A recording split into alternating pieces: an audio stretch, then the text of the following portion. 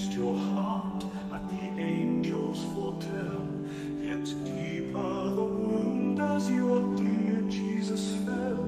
The wood of his cross you embraced as your own, and bore every blow with the pain never shown. You stood at thy hill where the nails crushed the light.